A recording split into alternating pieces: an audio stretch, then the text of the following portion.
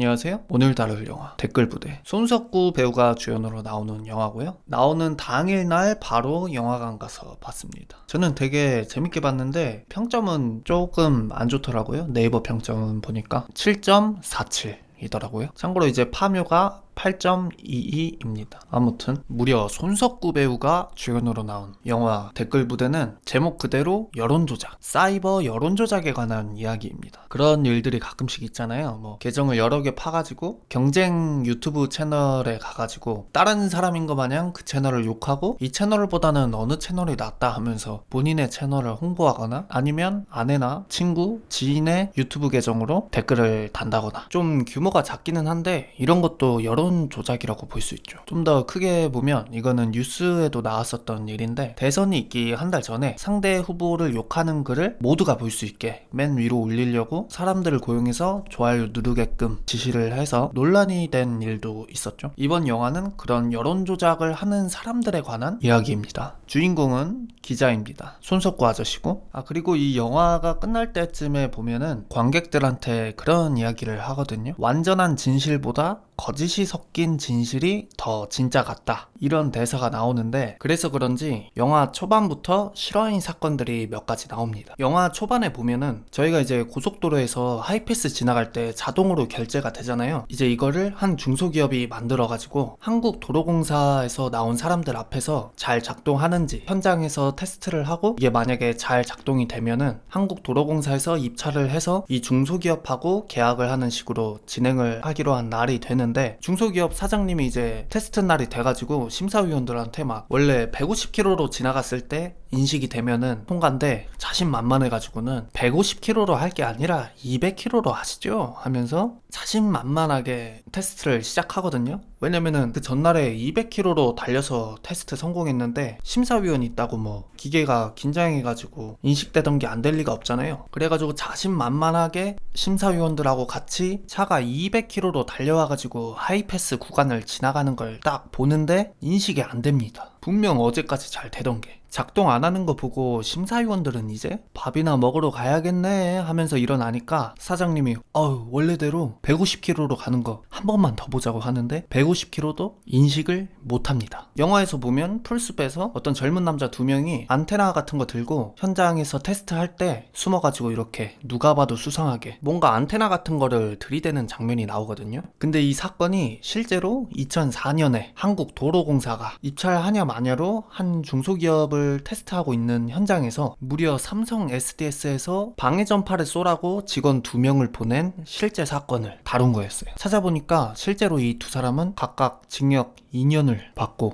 실형을 살고 있다 합니다. 벌써 이게 2004년도에 있었던 일이니까 진작에 나왔겠네요. 아마 영화도 보지 않았을까. 또 본인들 모티브로 한 사건이 나오는데 저땐 저랬지 하면서 다시 영화 얘기를 하자면 그렇게 중소기업 사장이 입찰에 실패하면서 몇 억의 빚을 하루아침에 지게 됩니다. 돈 투자는 투자대로 했는데 결국 입찰을 못 받았으니까. 근데 불과 6개월인가 후에 다른 경쟁 업체에서 입찰을 받아요. 근데 그 사장님 말로는 이 기술이 이렇게 몇 개월 만에 만들 수 있는 기술이 아니다. 지금 입찰된 경쟁업체 걔네는 몇 달 전까지만 해도 이거 전혀 이쪽으로는 준비가 안 돼 있던 업체다 하면서 사장님이 하는 말이 분명히 우리 직원을 꼬드겨서 입사시킨 다음에 기술을 뺏어간 거다. 그리고 현장에 있던 이 두 사람 하면서 사진을 보여줘요. 그 풀숲에서 뭔가를 들고 있는 남자 2명. 그 사진을 보여주면서 이 두 사람도 그쪽에서 아마 고용을 해서 방해 전파를 쏜 거다. 그래서 우리가 떨어진 거다. 라고 기자한테 얘기를 합니다. 이 이야기를 듣고 있는 기자가 손석구 아저씨. 이 일을 기사로 써줘서 공론화 좀 시켜달라고 부른 겁니다. 방해 전파를 쐈다고 의심되는 기업 이름이 만전인데 이 만전이 대한민국을 꽉 잡고 있는 기업이어가지고 워낙에 영향력이 세가지고 함부로 기사 쓰기에도 힘들 정도로 입김이 아주 거친 아주 막강한 힘을 갖고 있는 그런 기업입니다. 손석구 기자는 이제 아주 흥미로운 이 아저씨의 얘기를 듣고 긴가민가 합니다. 좀 애매해. 사진도 뭐 휘뿌옇고 잘 보이지도 않고 증거가 그렇게 없어요. 근데 그 중소기업 사장님이 자기 중리에 산이에 많이 하면서 기사로 꼭 좀 써달라 부탁을 하고, 이 손석구 아저씨가 그렇게 뭐 정의로운 역할로 나오는 건 아닌데 만전이란 기업에 대해 원래부터 관심이 좀 있기도 했고, 만약에 이게 사실이면은 대박이잖아요. 이게 대한민국을 쥐락펴락하는 기업의 음모론이라니 얼마나 대중의 관심을 한 번에 받겠어요. 그렇게 회사에 가서 편집장한테 기사를 쓰겠다, 근데 만전에 관한 거다 하고 만전 얘기가 나오자마자 꺼려합니다. 엄청 꺼려해요. 지금 대한민국을 쥐락펴락하고 있는 기업인데, 대한민국을 먹여 살리고 있는 그런 기업이면 얼마나 또 아는 사람이 많겠어요. 여러 분야에 방송국이나 신문사나, 또 기업이면은 회사에 법무팀도 따로 있잖아요. 소송 걸리면 또 얼마나 귀찮게 되겠어요. 근데 우리의 석구 형이 편집장을 밀어붙여서 기사를 씁니다. 이제 기사를 다 완성하고 전날 밤에 중소기업 사장님한테 전화를 딱 하면서 내일 아침이면 기사 뜰 거라고, 이제 걱정하지 말라고, 이제 다 잘 될 거라 하고 전화를 끊고 잠을 잡니다. 잠을 잤다가 눈을 뜨자마자 핸드폰에 자기 기사를 확인을 하는데, 그 기사 댓글에 보니까 기레기 수준부터 해가지고는 무슨 욕이 막 달려있고, 또 핸드폰에 모르는 번호로 문자도 옵니다. 기레기 어쩌고 저쩌고 하면서 욕이, 신상이 다 털린 거예요. 어떻게 된 거냐면, 그 사장님이 보여준 사진에 찍혀있던 남자 2명이 들고 있던 게 방해 전파가 아니라 홍보 영상을 촬영하려고 나온 그냥 어떤 팀이었다. 그냥 홍보물 찍고 있던 걸로 밝혀집니다. 그러니까 이제 오보를 냈다고 사람들이 손석구 기자의 신상 털어가지고 그냥 전화번호가 인터넷에 돌아다니고 자기 얼굴까지 그냥 어떻게 구했는지 이력서까지 떠돌아다니는 지경에 이릅니다. 인터넷에. 이제 손석구 아저씨는 놀래가지고 이게 무슨 일이고 하면서 정정기사든 뭐든 쓰려면 일단 제보자하고 다시 팩트체크를 해봐야 되니까 이 중소기업 사장님한테 전화를 하는데 전화를 안 받아요. 핸드폰도 꺼져 있고. 어떻게 해서 연락이 닿는데 스스로 목숨을 끊고 돌아가셨다는 얘기를 듣게 됩니다. 이제 상황이 더 악화된 거예요. 네티즌들은 한 기자가 정확히 확인도 안 하고 기사를 써서 그것 때문에 중소기업 사장이 이렇게 목숨을 끊는 일까지 벌어졌다, 기레기다 기레기, 악플은 고사하고 계속 막 전화가 오고 문자가 오고 이러니까 그 중소기업 사장님이 돌아가신 건 안타깝긴 한데 일단 산 사람은 살아야 되잖아요. 그래서 손석구 기자가 일단 확실히 하고 가자 해서 그 중소기업 사장님의 직원을 장례식 근처에서 만나서 물어봐요. 혹시 일 관련해서 들은 게 없냐 하는데, 충격적이게도 그 직원이 막 울면서 얘기를 하는데, 사장님이 그때 입찰에 실패하고 나서부터 이상해지시기 시작했다. 직원들을 막 의심하고 누가 기술을 빼갔느니 하면서 피해망상에 계속 시달렸다. 그 경쟁 업체가 빼갔다고 하는 그 기술도 애초에 전혀 다른 기술이다, 우리랑 관련 없는 기술이다, 그거 그냥 싹 다 피해망상이다. 이제 손석구 아저씨는 큰일 난 거죠. 뭐 기사는 사실 중소기업 사장님이 써달라고 해서 써준 거긴 한데 팩트 체크가 제대로 안 된 게 맞기도 하고, 정확히는 손석구 아저씨 때문에 죽은 게 아니긴 하지만 대중이 보기에는 손석구 아저씨가 기사를 잘못 써서 죽은 거다, 이런 식으로 물타기가 되면서 그 무섭다는 만전에서도 고소를 하겠다고 합니다. 근데 손석구 아저씨가 있는 언론사를 상대로 하는 것도 아니고 손석구 아저씨 개인한테 걸 거라고 해요. 아주 그냥 보내버리려고. 그래서 이제 고소가 제대로 진행되기 전에 편집장이 그냥 6개월만 쉬다가 돌아와라, 표면상으로 잠잠해질 때까지만 조용히 지내라. 그러니까 이제 손석구 아저씨는 근데 그 사진 홍보물이었다고 만전에서 반박했다는 그거 사실 맞냐고, 확인 제대로 된 거냐고, 내가 이거 후속 기사로 제대로 한번 알아보고 싶다고 하는데, 편집장이 그러다 큰일 난다고 만류를 하면서 결국 퇴사 처리가 됩니다. 그렇게 쉬는데 이제 인터넷에서는 손석구 기자 막 얼굴 사진 진작에 노출돼가지고 이상한데 합성시켜가지고 조리돌림 당하고 장난 전화도 한 번씩 오고, 참아야지 하고 6개월을 조용히 지냈는데 회사에서 연락이 안 오네. 분명 6개월 후면은 복직시켜준다고 했는데 아무 연락이 없어요. 그렇게 몇 개월을 더 기다리다가 사실은 이제 자기도 이거 쫓겨난 거구나 싶어서 이력서도 다른 데 넣어보고 하는데 사고를 크게 치고 나갔다는 이런 소문이 나가지고 다른 데서도 받아주질 않아. 그래서 다시 6개월이 한참 지난 뒤에 회사로 가서 편집장을 만나러 갑니다. 나 복직시켜주기로 하지 않았냐고 말하려고. 그렇게 갔는데 편집장이 바뀌어 있어요. 그래서 이제 새로운 편집장한테 사실은 내가 저번에 편집장하고 이런 식으로 약속을 해가지고 6개월 뒤에 복직시켜주기로 했었다고, 나 좀 복직시켜달라 하니까 그 새로운 편집장이 이전 편집장하고 한 약속을 왜 나한테 말하지? 하면서 여기저기 이력서도 많이 돌렸다며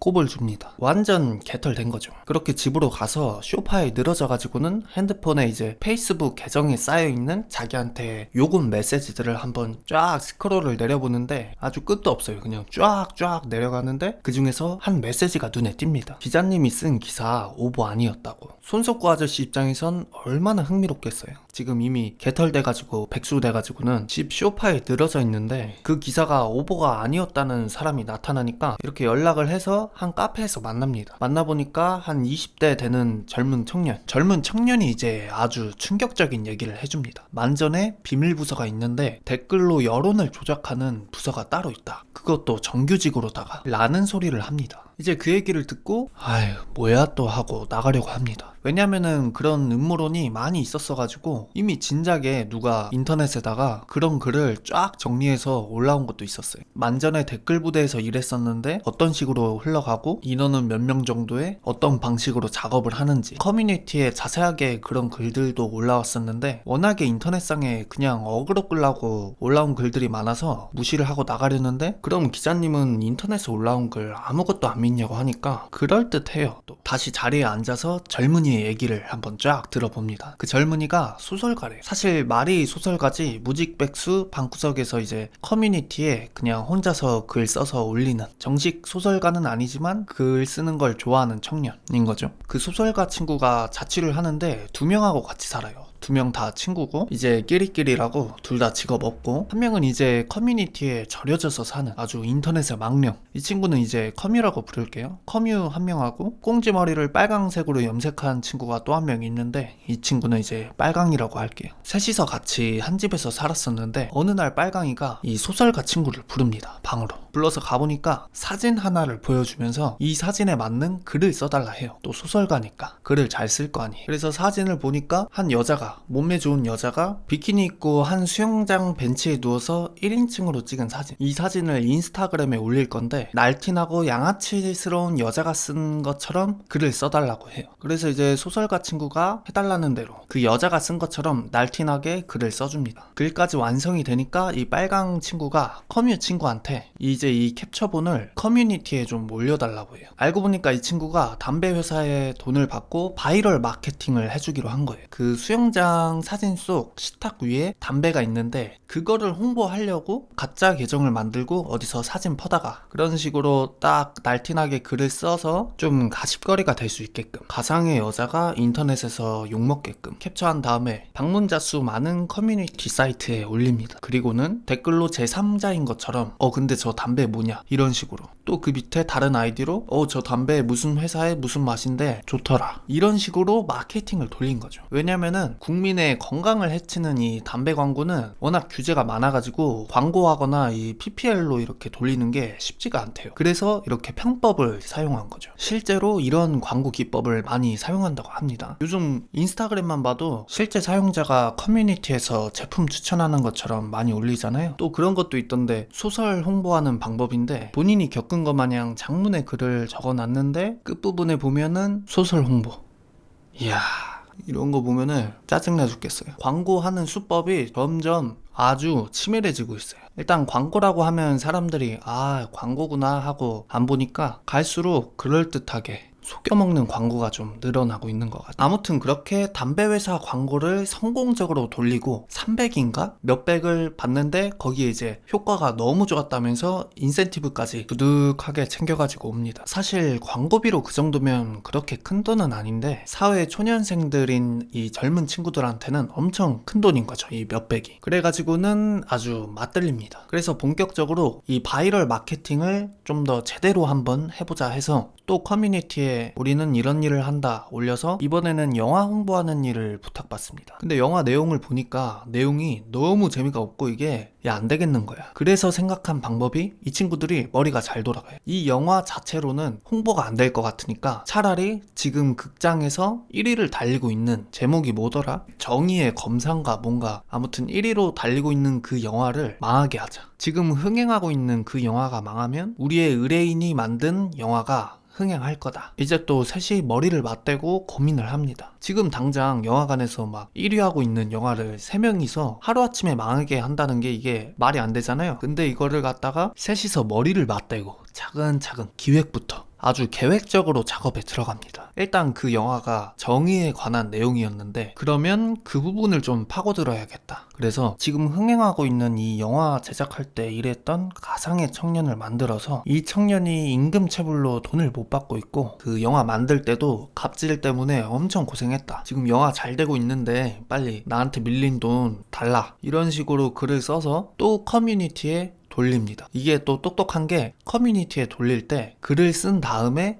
캡처본으로 돌립니다. 왜냐면은 글로 써서 여기저기 올리기에는 이게 전파력이 떨어집니다. 붙여넣기 하기 귀찮잖아요. 그래서 png 파일로 나르기 쉽게끔 만들어서 돌립니다. 그러니까 귀신같이 또 신기한 게 여기저기서 나도 못 받았다. 그리고 또 누구는 나도 그런 경험 한 적 있다 하면서 진짜인 사람들도 있겠지만 이 거짓말쟁이들도 많잖아요. 이거는 여담인데 자기 사업 준비하는 과정을 찍어서 인스타그램에 올리시는 분들 있잖아요. 그런 분들 중에서 팽이 초콜릿인가? 를 만드시는 분이 있는데 저도 아는 사람은 아니고 그냥 본 거예요. 그분이 기획을 해가지고 초콜릿까지 이렇게 만들고 사람들한테 피드백을 받는데 누가 댓글에다가 정확히 기억은 안 나는데 상품이 다 찌그러져서 왔다 했나 맛이 없다고 했나 하면서 욕을 이렇게 쫙 써둔 거예요. 근데 소름 돋는 게 그 사업하시는 분이 댓글에다가 아직 한 개도 판매 안 했다고 하는데 와 소름이 쫙 돋더라고요. 아직 판매는 안 하고 구성이나 아이디어에 대해서만 피드백 받는 건데 무슨 심본지 악플 달라고 그냥 아주 별의별 사람이 다 있는 것 같아요. 자, 다시 영화 얘기를 하면은 여기저기서 자기도 돈 못 받았다고 글이 올라오고 그러니까 또 정의감에 불타는 사람들이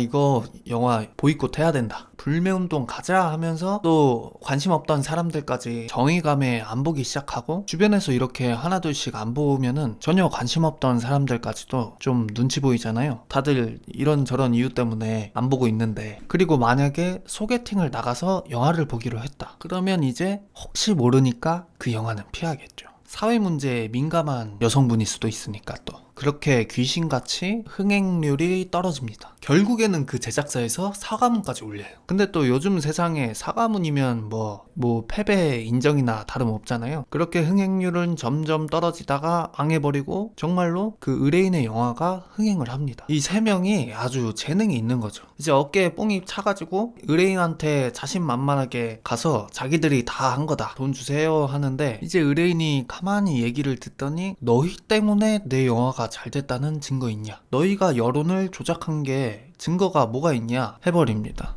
일단 설명을 쫙 해줘요. 우리가 이렇게 해가지고 그날부터 흥행률이 확실히 떨어지기 시작했다. 그 얘기를 듣더니 감독 아저씨가 나는 지금 너무 모욕적이다. 지금 그러면 남의 영화를 망하게 해서 내 영화가 뜨게 했다고 하는 거냐 하면서 밑에서 핸드폰을 싹 꺼내요. 녹음 중이야. 돈을 못 준다 이거죠. 돈 안 주면은 경찰에 신고한다고 하니까 감독 아저씨가 하라고 해요. 너희가 지금 한 게 이게 범죄라고. 경찰 내가 불러줄까? 하면서 그렇게 돈도 못 받고 내려가는데 밑에서 이제 딱 봐도 형사 같은 사람들이 계속 졸졸 따라오다가 한 명을 데려갑니다. 근데 알고 보니까 이 아저씨들이 양복을 쫙 입은 어떤 좀 잘생긴 아저씨한테 데려가는데 이 사람이 이제 세 사람에 대해 다 알고 있어요. 세 사람의 신상 정보, 그리고 담배 회사 마케팅을 맡은 거, 그리고 얼마를 받았는지까지 싹 말하면서 너무 훌륭하다고. 지금 무슨 일을 한 건 줄 아냐고. 그 정도의 일을 하고 몇백을 받은 거면은 진짜 적게 받은 거라고. 같이 일을 하자고 합니다. 정규직으로 들어오래요. 이 아저씨가 이제 만전 직원. 그러면서 첫 번째로 실력을 확인하겠다면서 일을 주거든요. 그 일이 사실적시 명예훼손 법을 폐지해라 라고 1인 시위하는 아저씨가 있는데 그 시위를 멈추게 해라. 이 일을 첫 번째 일로 줍니다. 준다는 돈도 1000단위가 넘어가니까 또 집으로 와서 셋이 머리를 맞대고 방법을 생각합니다. 이번에 어떤 방법을 쓰냐. 그 1인 시위를 하는 아저씨한테 딸이 있는데 그 딸이 대학생이거든요. 얼굴이 꽤 이쁜 인스타를 되게 많이 해요. SNS를. 일단 SNS 계정을 몇천 개 정도 사가지고 그 딸이 본인의 셀카를 올리면 그 사진에 좋아요 누르고 팔로우하고 이쁘다고 댓글 달고 가짜로 인플루언서로 만들어버려요. 이쁘다면서 댓글로 칭찬을 엄청 하면서 찬양하고 땡땡대학교 여신 이런 식으로. 그리고는 또 그거를 캡처해가지고 그 여자의 얼굴 나오고 댓글 나온 것까지 여기저기 커뮤니티에 돌리면서 이 여자 진짜 이쁘지 않냐면서 홍보를 쫙 해줍니다. 그리고는 이 여자가 진짜 인플루언서 반열에 오를 때까지 기다렸다가 이 딸이 옛날에 인터넷에서 댓글로 엄청 싸운 내용이 있는데 그거를 올려버려요. 올리면서 가짜 계정을 수천 개 샀다 그랬잖아요. 그 계정으로 이번에는 악플을 달아요. 원래 계속 칭찬만 하던 계정들로. 왜 이렇게 복잡게 한 거냐면 그 딸의 아빠가 하는 사실적시 명예훼손 법을 폐지하라는 시위를 멈추게 해야 되잖아요. 그러니까 그 딸이 사실적시 명예훼손으로 고소할 만한 일을 만든 거예요. 그러면은 딸이 이렇게 악플로 고통받고 그러면 그 아빠가 분명히 사실적시 명예훼손으로 고소를 할 거고, 고소를 하게 되면 그 법안을 폐지하는 시위를 한다는 게 앞뒤가 안 맞잖아요. 만약에 고소를 하고 시위를 계속 한다고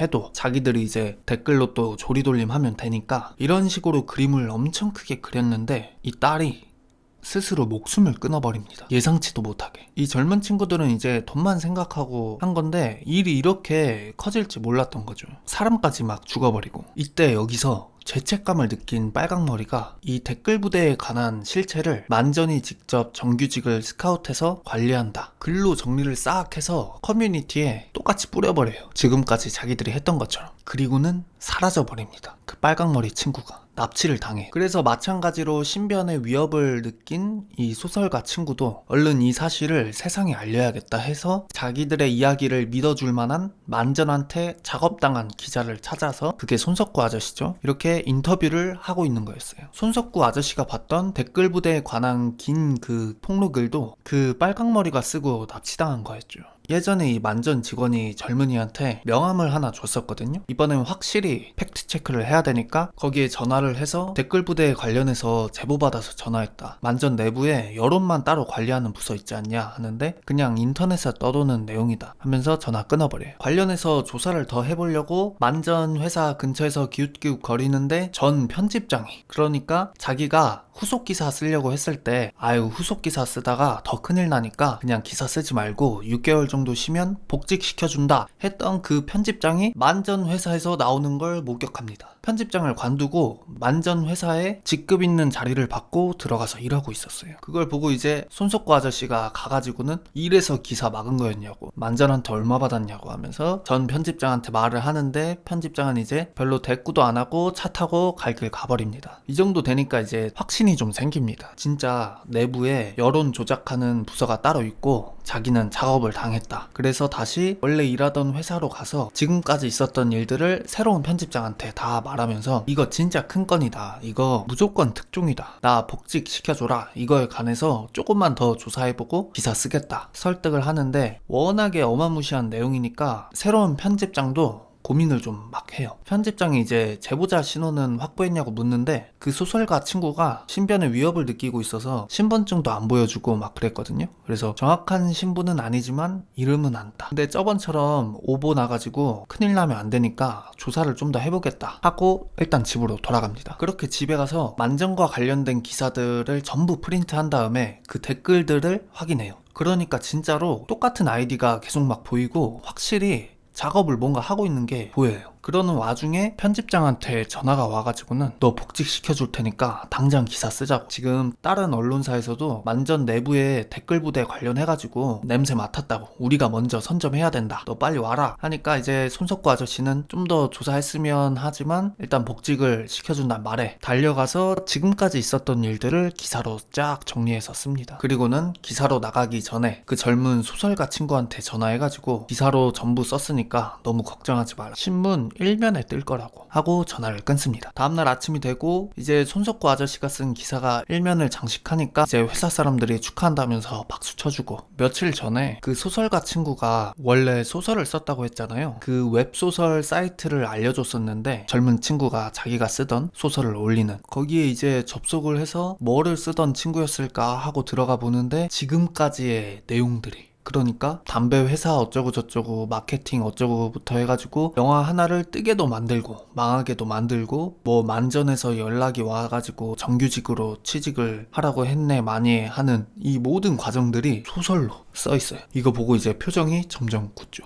그리고는 얼마 안 가서 사람들이 그 소설을 찾아내고 아마추어 소설 작가가 쓴 거를 갖다가 진짠 줄 아네 이 기자 하면서 또 오보구나 손석구 기자 이 양반 죽지도 않고 살아있었네. 손석구 기자 욕을 또 시작해요. 편집장은 이제 또 화나가지고 팩트체크도 못하고 지금 뭐하는 거냐고 하면서 지금 다른 언론사들은 전부 정정보도 냈으니까 우리도 얼른 정정보도 내야 된다고 독박쓰게 생겼다고. 이 정도 되니까 이제 손석구 아저씨가 반쯤 넋이 나가가지고 화를 막 내면서 이제 알았다고. 지금 이거 만전이 여론을 관리하는 부서가 있는 거를 덮으려고 진실하고 거짓을 조금 섞어서 그 젊은 애들을 시켜가지고 그러니까 실제 기자인 자신을 꼬드겨서 지금 이거 뭔지 모르게 만들려고 그렇게 작업치는 거라고 하는데 직원들이 보기에는 이제 와 애가 드디어 피해망상에 걸렸구나 하고 쳐다보고 있고 손석구 아저씨는 이제 화나가지고 당신도 돈 받았지 하면서 편집장한테 얼마 받기로 했냐고 소리쳐버리고 그러면서 개판을 치고 나옵니다. 그리고는 백수가 돼가지고는 계속 만전에 전화를 걸어서 댓글 부대 관련해서 여론 조작하는 부서 있지 않냐고 그 소설가 친구가 줬던 만전 직원의 명함에 써있는 이름하고 직책을 말하면서 이런 사람 있지 않냐고 어느 부서에 누구 하니까 그 직원이 잠시 기다리라 한 다음에 누군가를 바꿔주는데 임원인가 무슨 팀장인가 꽤 높은 사람을 바꿔줘요. 그 팀장이 손석구 아저씨 말을 가만히 듣다가 손석구 기자님 저번에 고생 많이 하신 걸로 알고 있는데 이제 기자 아니지 않나요? 뭐 이런 식으로 얘기를 해요. 이 손석구 아저씨를 알고 있는 거예요. 그러면서 그런 부서 없다 하고 또 끊어버립니다.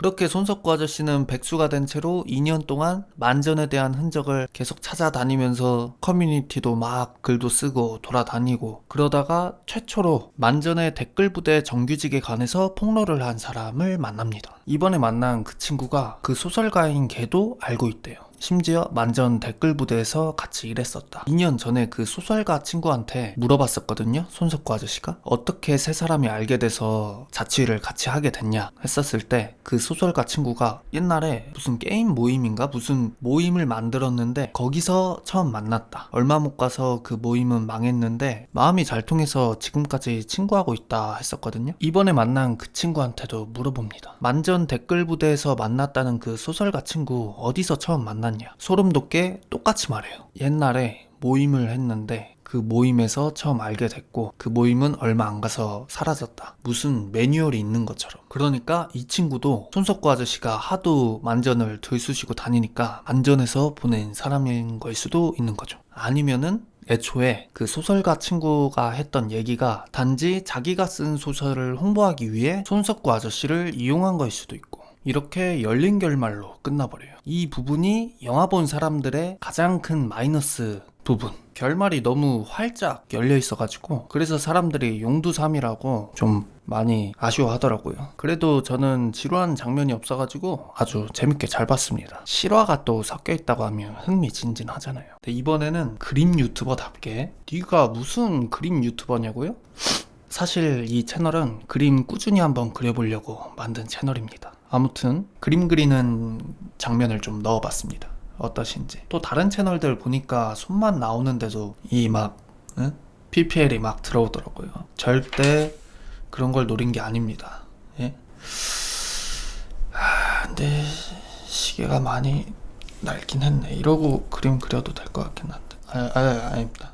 다음에는 또 재미난 영상 아주 기가 막힌 걸로 가져오겠습니다. 그리고 구독자 100분 정말 감사드리고 구독 안 하시고 보시는 분까지 영상 봐주셔서 감사하고 이번 영상 재밌게 보셨으면 또 재밌는 거 들고 올 테니까 구독 눌러주시면 또 만날 수 있습니다. 그럼 이만